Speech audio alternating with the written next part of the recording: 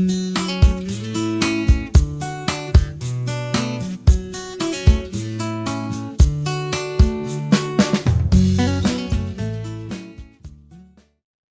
hörmətli tələbələr. Tələbələr üçün hazırlanmış Blackboard Learn kursunda sizi yenidən görmək xoşdur. Bu videoda Blackboard platformasının vacib öyrənmə alətlərindən biri olan müzakirələr, discussions bölməsi ilə tanış olacaq. Müzakirələr bölməsi müəllim və tələbələrin müəyyən akademik mövzu ətrafında fikir mübadiləsi aparması üçün yaradılıb. Burada siz yalnız suallara cavab vermir, eyni zamanda digər tələbələrin fikirlərini oxuyur, onlarla müzakirə aparır və müxtəlif yanaşmalar və fikirlərlə tanış olursunuz. Bir çox fənlərdə müzakirələr dərsin aktiv hissəsi hesab olunur və bəzi hallarda qiymətləndirməyə də daxil edilə bilər. Buna görə də tövsiyə olunur ki, bu bölmədə aktiv iştirak edəsiniz və müzakirələrə öz fikirlərinizlə töhfə verəsiniz. İndi isə gəlin müzakirələr bölməsinə necə daxil olacağımızı öyrənək. Əvvəlcə fənlər bölməsinə keçin və müvafiq fənni seçin. Daha sonra kurs daxilində yuxarı paneldə yerləşən müzakirələr hissəsinə daxil olun. Burada müəllimin sizin üçün yaratdığı bütün müzakirə mövzularını görəcəksiniz. Siz aktiv olan mövzunu seçərək müzakirəyə qoşula bilərsiniz. Müzakirədə iştirak edən iki mərhələdən ibarət olur. İlk mərhələ müəllimin təqdim etdiyi mövzu və sualla tanış olmaqdır. Mövzunu diqqətlə oxuduqdan sonra siz öz fikirlərinizi əsaslandırılmış şəkildə yazaraq paylaşa bilərsiniz. Siz paylaşım hissəsinə girdiyinizdə yuxarı paneldə yazdığınız yazını istədiyiniz formata salmaq üçün müxtəlif funksiyalarla tanış ola bilərsiniz. Cavabın əhatəliyi, məzmunu və mətnin uzunluğu müəllim tərəfindən verilən tələblərə uyğun dəyişə bilər.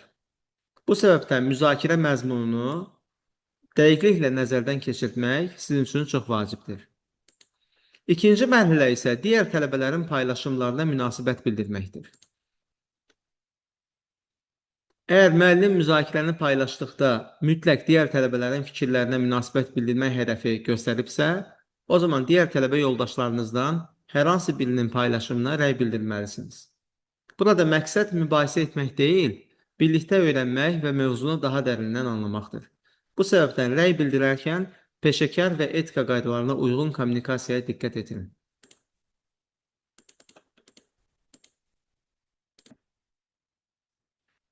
Unutmayın ki, bəzi müzakirələrdə müəllim elə ayarlar tətbiq edə bilər ki, siz əvvəlcə öz cavabınızı paylaşmadan digər tələbələrin cavablarını görə bilmirsiniz. Bu yanaşma hər kəsin mövzu haqqında müstəqil düşünməsini təşviq etmək məqsədi daşıyır. Müzakirələrdə iştirak edərkən bir neçə vacib qaydaya da əməl etməyiniz tövsiyə olunur. Cavablarınızı son tarixdən əvvəl paylaşın. Burada son tarixlə tanış ola bilərsiniz. Və eyni zamanda mövzuya uyğun, aydın və əsaslandırılmış fikirlər yazmağa çalışın. Yalnız razıyam və ya mən də belə düşünürəm kimi qısa ifadələrlə kifayətlənməyin.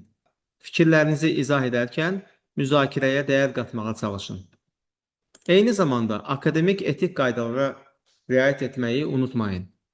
Başqa mənbələrdən istifadə etmisinizsə, onları qeyd edin, digər tələbələrin fikirlərinə hörmətlə yanaşın və fikir ayrılığı olduqda belə nəzakətli ünsiyyət üslubunu qoruyun. Yadda saxlayın ki, müəlliminiz müzakirələrdə yazdıqlarınızı oxuya bilər və bəzi fənlərdə bu fəaliyyət qiymətləndirilə də bilər. Buna görə də hər paylaşımınıza akademik iş kimi yanaşmağınız tövsiyə olunur. Beləliklə, biz bu videoda Blackboard platformasının müzakirələr bölməsi ilə tanış olduq. İzlədiyiniz üçün sizə təşəkkür edirəm. Növbəti videoda Blackboard platformasının digər vacib funksiyaları ilə tanış olacaq. Hər kəsə təşəkkürlər.